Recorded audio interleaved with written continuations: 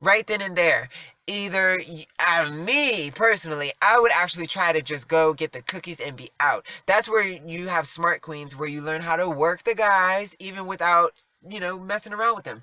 But they did that in order to open that opportunity for you to do so, which 9 out of 10 queens would, whether they have a man or not, because they know that if you go into the cell and then you drop to your knees and you start bobbing down, up and down on this man. I live my life to the fullest. Party every chance I get. Friday nights, the spot is the place I hit. Decked out, chest out. Me and my girls roll up in the spot like we own the world. You should see the eyes on me. Dress fitting like a prize on me. High split, fellas get the.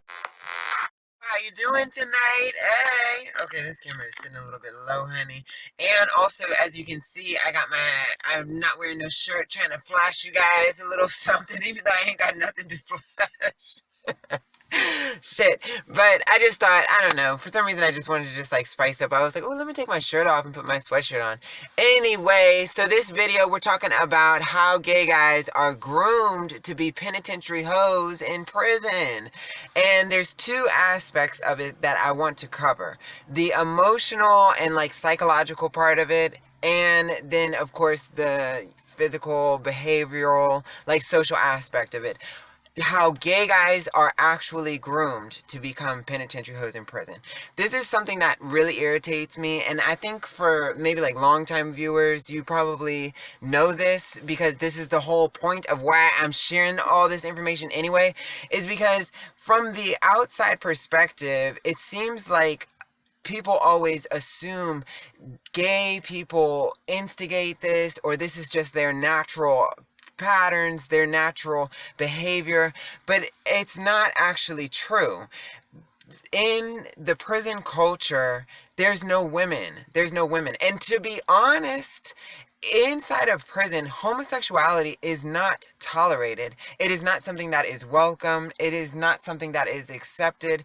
It is completely just unacceptable. There's zero tolerance for homosexuality.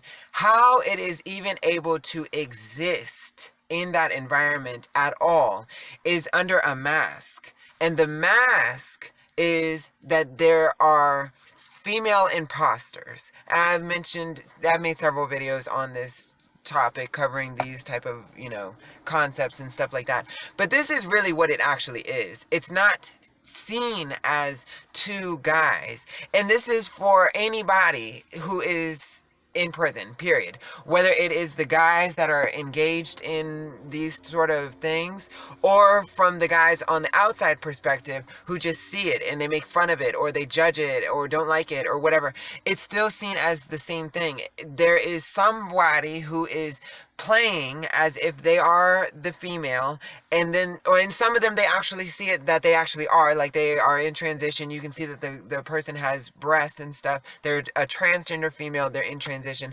and the guy is the regular guy. There's the guy that's just the guy. Masculine gay guys, they probably, to me, have the hardest time fitting into the environment, because they are forced, just like everybody else, they are forced to pick a side. Like, they have to either exist undercover in the closet, or if they are publicly known as gay, then they have to play the male role or the female role. Like, that's just what it is. That's just what it is. Everybody has to conform one way or another. That's the whole environment. It's a structured environment. You conform, or you really just have a hard time adapting to the environment, period. Like, and as it relates to the gay culture, these are the rules. Now, how do gay people get groomed in this way?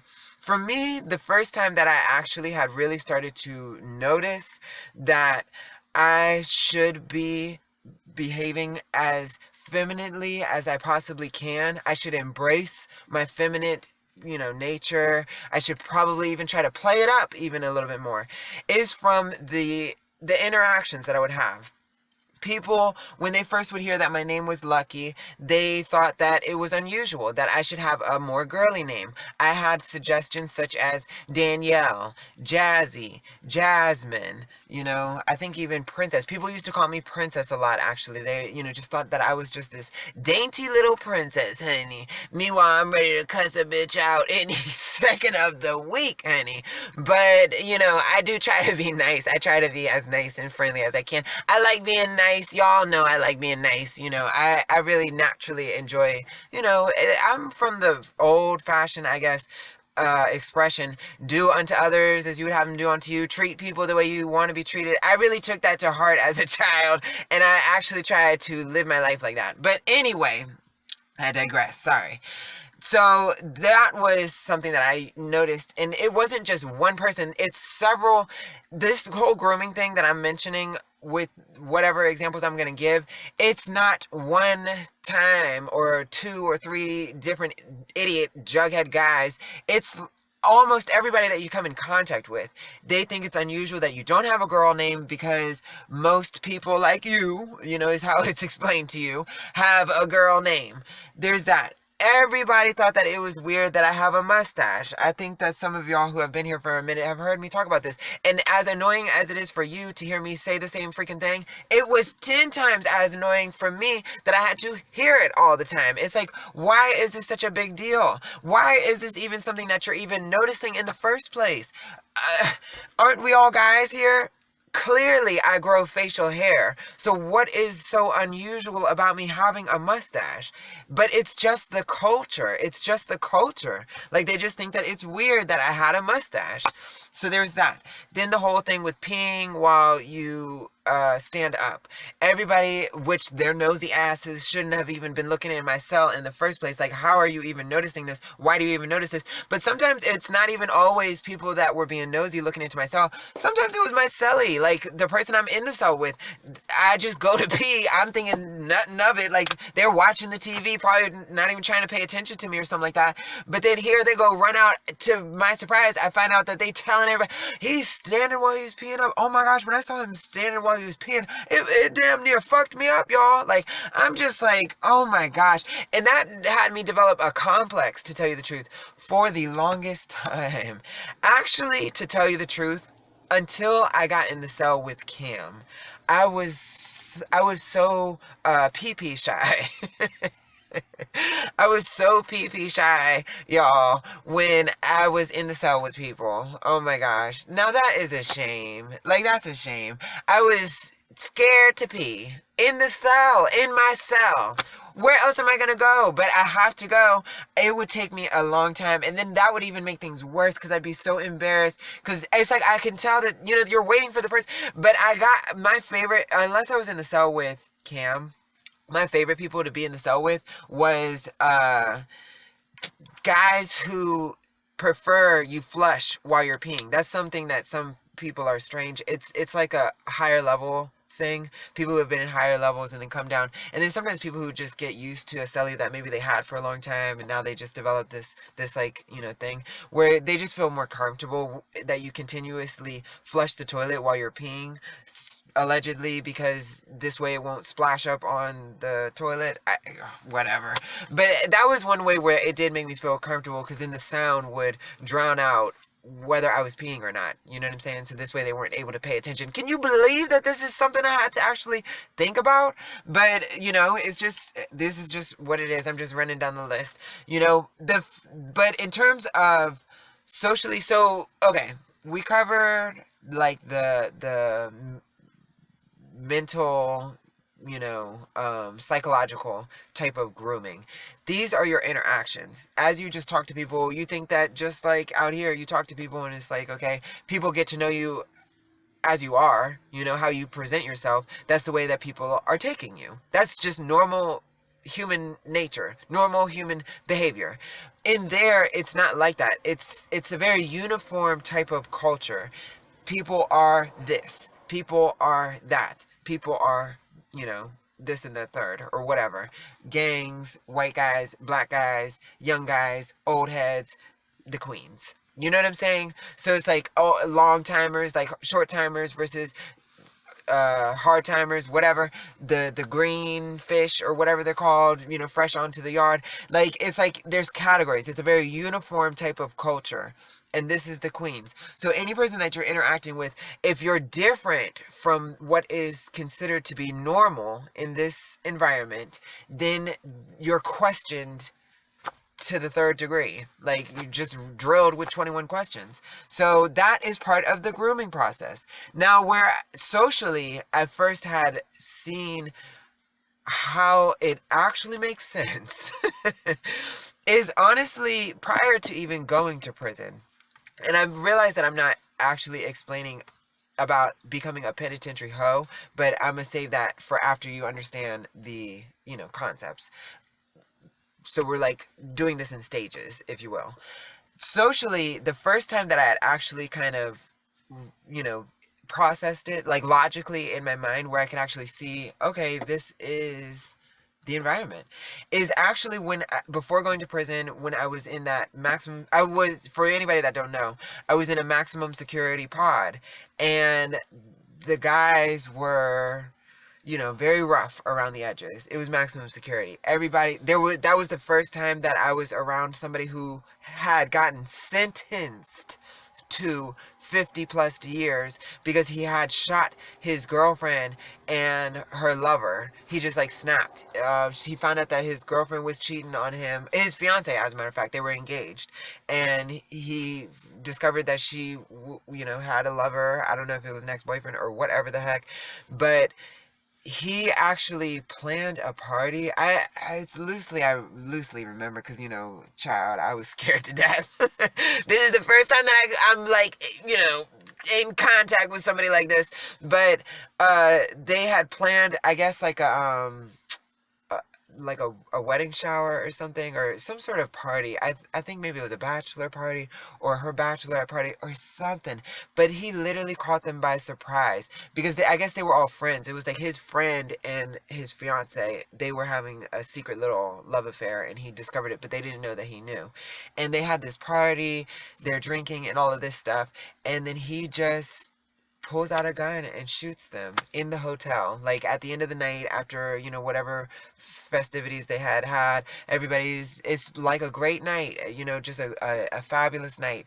And then they're in the hotel talking, and he just pulls out a gun and shoots them both. It's like, oh my gosh.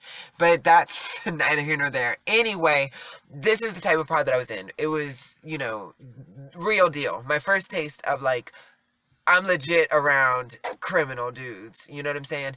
Nevertheless, it was during a period of time that I was already trying to hide my sexuality. I was trying to see if I could hide my sexuality because of what had happened to me earlier. I was in the trustee pod at a different jail. I was just being myself. I noticed that it seemed to make, the guys more comfortable around me if I would be kind of flirty or something. But there was some dude that I didn't even know was in the background hating on me and just jealous. I don't know what the heck. But he ended up telling the investigator that I was soliciting myself in the pod, and I wasn't. And then when the investigator questioned a bunch of people in the pod, because they were so pissed about these allegations, they were just really trying to have my back, to be honest with you. He took that as a sign I must be doing something with these guys, because why are they so hyped over trying to keep you in the pod? But they really were like my friends. I had thought of them as my friends, and I think that they thought the same, because this is jail. This was in jail. Like, jail is different from prison, because it's just different. Like, it's just different between lifestyles. People in jail are just in and out. They're still street mentality. People in prison are living a lifestyle. Like, it's a institutionalized lifestyle. So it was just different. But anyway, I got kicked out of the trustee pod because of all of that, and it really upset me because I had worked very hard to get in that trustee pod. I was legitimately trying to get into the trustee pod, and it's harder for gay people, to get into something like that. Even just for anybody, you usually have to have connections. So after that had happened, I kind of had like a temporary insanity, I guess you could say, and I shaved my head, and it was the first time ever that I actually just decided to just grow my beard in. And I didn't even, now I'd be trying to shape it up and stuff. I just stopped shaving. Like, I just stopped shaving, period. Like, I just felt like, you know what? Y'all are the ones that keep trying to make it seem like, oh, I want to be a girl. I want to be a girl. Let me show you how much I'm trying to be a girl. Boom. I got no freaking hair, and I'm growing, you know, body hair all over the place. How much am I girl? How much am I a girl now? You tell me now. How much am I a girl? Like, that was kind of like my thought process. So I get moved to this other jail, the maximum security pod, and I would try to hide my identity, I guess you could say. Like, I just wouldn't really speak much. If I did, I would try to lower my voice. I've made previous videos speaking on this, and it made, to my surprise, it actually made a lot of people around me uncomfortable. And I think it's because they just had a harder time reading me, or maybe just because they thought, I don't know. I don't know. All I know is that the interactions I would have with people were a lot more tense, a lot more like hostile. It was just different. And then that's the same pod where, if you've seen videos in the past, I got the fighting with somebody. That's the only fight that I actually got into while I was locked up. And when I got back after, okay, so I was in that pod, I got into a fight with somebody, and I was trying to get to prison because I had already been sentenced, and there was a laundry list of reasons that I wanted to go to prison. So in order to get out of this maximum security pod, because I knew that since I was only sentenced to 3 years, they were going to keep me in this pod. There was somebody who had been serving 3 years in that pod, in this maximum security pod. So I knew that that's why they moved me here, and this is where I was going to do out my time. And that was absolutely, you know, it's $2 a day that you're paying the jail to even do it. The commissary is like 10 times the prices that, you know, you could be paying in prison. Also, I wanted to be able to jog. You can get a TV while you're in prison. There's like a bunch of, everybody said that all the queens, there's like a gang of them. So I'm used to just always being by myself. I was hoping that I would get like a support system. There's a lot of reasons that I actually did want to go to prison. Shockingly, I did. If I had to do time, I wanted to go to prison. I didn't know all that I was going to be, you know, dealing with. But anyway, so I decided to go on hunger strike in order to try to get moved, because I had heard stories where that had worked for people. What they did for me is, after I went on hunger strike, they moved me back to the jail where I came from. Obviously, they were like, okay, this dude is a mess. Y'all had him. Y'all take him back and deal with him. You know what I'm saying? So that's what they did. They sent me back, and then that's where this jail, then they were like, okay, we'll just send him off down the road, you know, to prison. And that's what happened. But after I got back to that jail, I started to try again to embrace my femininity, even though I, you know, obviously I had shaved my head and stuff, but I cleaned my face up and everything, where I just had like a little mustache and the little peak and stuff, and I would just act, you know, myself, I guess, maybe slightly a little bit more feminine or something, and people felt comfortable. Obviously, there was a little weirdness because I was, you know, shaved head at the time, but still, I quickly did notice that the guys definitely interacted with me a lot differently, a lot more calm, a lot more at ease. It was very strange. That is part of the grooming process. Now, for the penitentiary hoe segment, that really started after I got to prison. After I got to prison, how gay guys are groomed to be penitentiary hoes is two things. I'm going to keep this a little bit shorter. One, because it's two main points, and it's consistent. It is consistent. That is the thing that you need to keep in mind as far as why it is a grooming process. Because every person that a gay individual or transgender female will interact with, every single guy, is always going to be flirty, always going to proposition you, or assume that you're talking to them because you like them in a sexual way. Every single guy in prison, every single guy, that grooms any individual to feel like this is your only value in this society, like in this environment, in this culture. Like, that's how everybody talks to you. And then also your peers, your fellow gay or transgender people, that's how they conduct themselves. They are sleeping around with people, flashing themselves all the time, twerking on the tables. They got the booty shorts and stuff like that. I was in the cell with this transgender female. She was constantly flashing her breast all the freaking time, flashing her butt all the time. Guys would be giving her commissary, party favors, anything, property. There was this dude, he had bought her she had sneakers and boots, and he had bought her brand new sneakers, a sweatshirt, and pair of sweatpants, because it was getting ready to be winter. We're in December right now. He got this for her, I think it was September. He had bought these things for her because it was getting ready to be winter, and he wanted to make sure that she had what she needed, even though she did. But this is grooming, y'all. This is grooming. Now, my second point that I want to talk about, because this is where I think queens in prison become like heartless hoes, is that it don't matter your situation. People will always still try you, like always.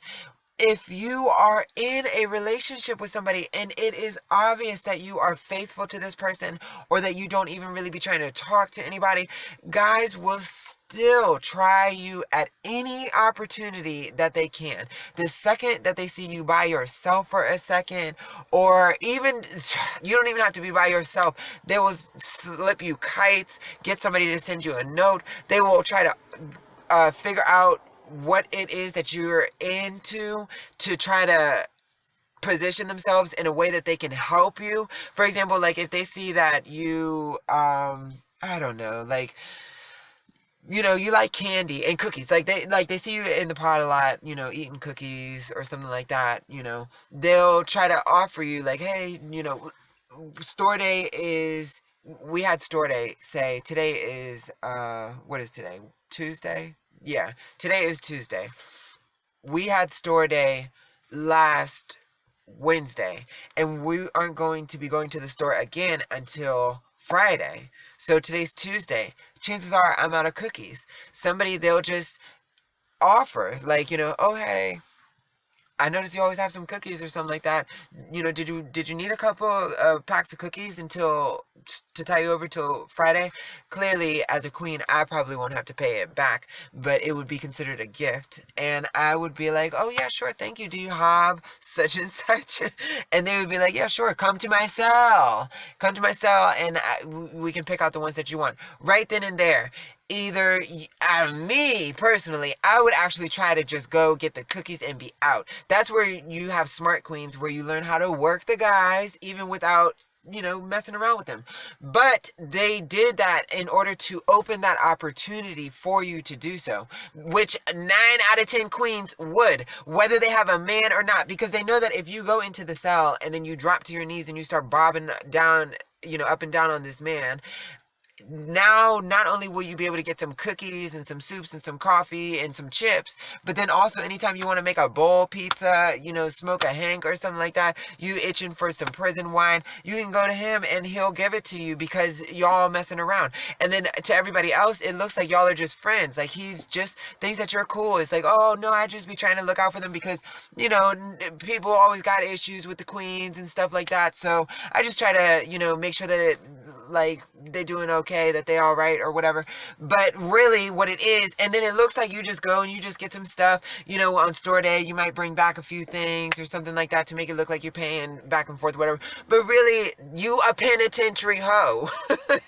You a hoe. You are going and servicing this dude in order to get whatever that he's gonna give you. That's how it happens, I'm telling you. And the thing is, it's not like a lucky encounter or a chance interaction that this is your opportunity to do so. It is anybody that you talk to in prison. Anybody. That's why it's on you. That's why a lot of people really kind of had respect for me, because it's on you to not do that. But Who can maintain that? I always felt like I didn't deserve the credit that I had received from a lot of people because I was short term. So I would use that for my strength, to like remind myself like, hey, I'm going to be coming out, and what type of person am I going to be when I come out? Because now I've developed these new patterns, these new ways to hustle people, in interact with people. I don't want to carry this out here, so I would use that as like my motivation to keep my integrity. And then I got into a relationship with Cam, as many of you guys know, and I fell in love with him, and I wanted to be loyal. I like being, just with one person. Sure, I do love it when I'm single. When I'm single, I really have a lot of fun. But when I'm truly with somebody, I like to just be claimed by that person, and they are claimed by me. But that is the real ways of how gay people become groomed to be penitentiary hoes in prison, honey. Let me know what kind of videos you guys would like to see. I got plenty of ideas, and I hope that you're having a wonderful night, and thank you just for being here. Don't forget to subscribe. If you want to see more videos, check out Patreon. I post a lot of like more explicit, just things that I can't post here on YouTube. So, hopefully you'll check that out. Otherwise, have a wonderful night. Love you so much. Bye.